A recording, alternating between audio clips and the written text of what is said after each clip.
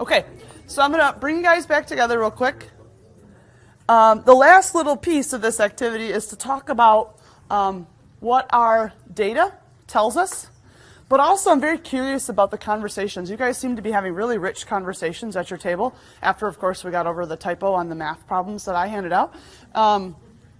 So I'm kind of curious about both. So the first part is if we could kind of turn and look, stare at the principals who were huddling over there in the corner. No, just kidding. If we could turn and just kind of look at how our data ended up.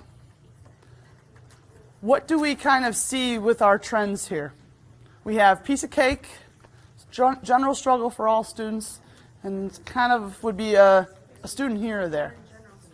What? More in general struggle. Yep. So we seem to have a lot of sticky notes on the general struggle chart. Yeah. We were reading them up there, and at least in the math strand, the actual computation ended up over in piece of cake. But the problem solving or the multi-step applying that skill ended up on the Okay, so that's good. So some of the more rote stuff ended up kind of on that piece of cake section, but then that application, that rigor piece, kind of that ended up on the other two, the struggle slides. Okay,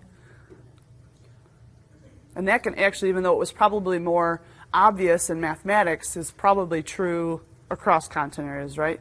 So if we talk about the social studies folks, in fact, talked about they have a lot of memorization pieces that they want to kind of work on. Theirs could have actually, if their statement said the same thing, could have shifted out that same way. Anything else that you guys noticed?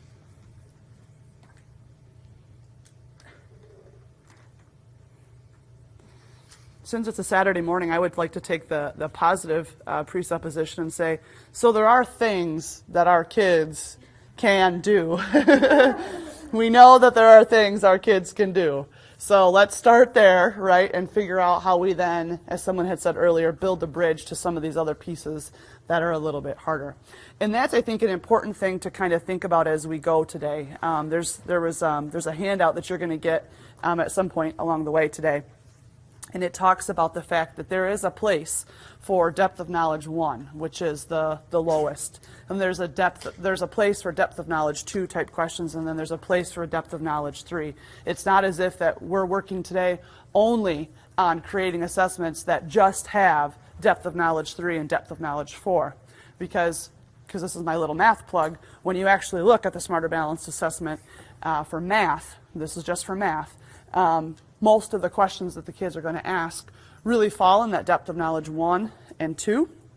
Most of them in the 2 category, but how we define that 2 looks a little bit different. And so today is about learning about what those depth of knowledge pieces are so that we can structure questions at that level, because that still gives us information about kids, right? You're still getting information about what your kids can and cannot do in this piece of cake section.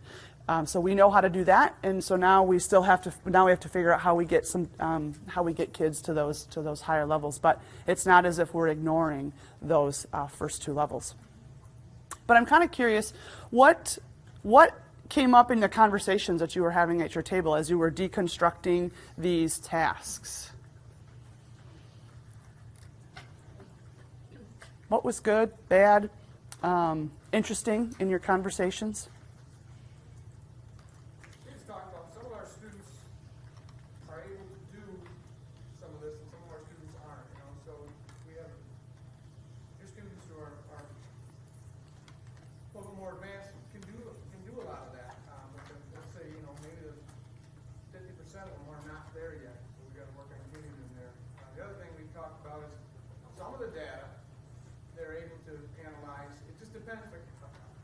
Depends on the context of what you're having them do.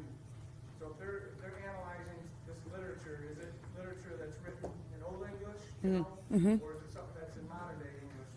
That all plays a part in that. So that was difficult to say, well, can they analyze and come up with a main idea, or can they compare these 2 things?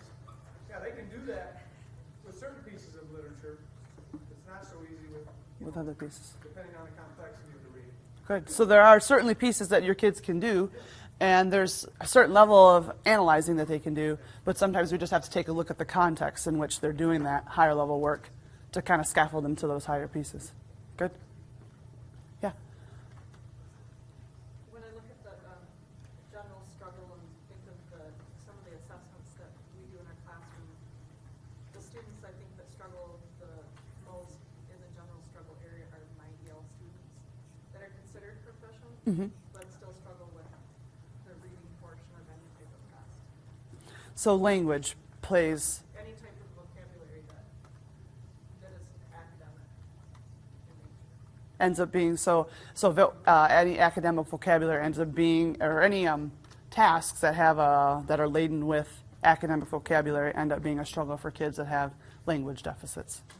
Okay, so that's an interesting thing for us to consider as we move forward with the we've been talking a lot about the assessment piece, but then also that has implications too for our instruction. How do we make our rooms and spaces and environments comfortable for kids that are also building up their language skills? Good. Go ahead. Well, I don't think it is necessarily just the EL students either. I think we have some students for whom reading is a challenge. For sure. Anything you put in front of them for math that requires a lot of reading is a trouble. Yeah. Well, any task that requires a lot of reading.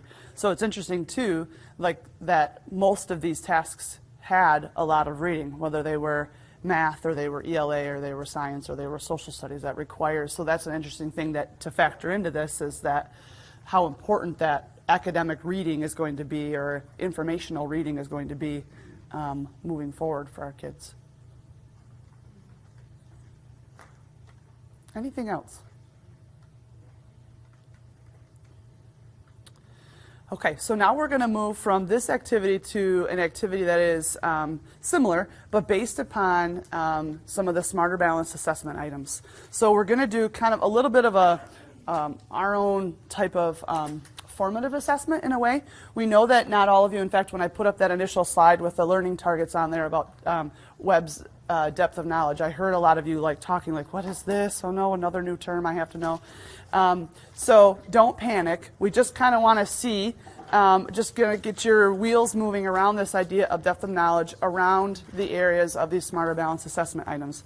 All of them are tagged with a difficulty level, and they're all tagged with a depth of knowledge level.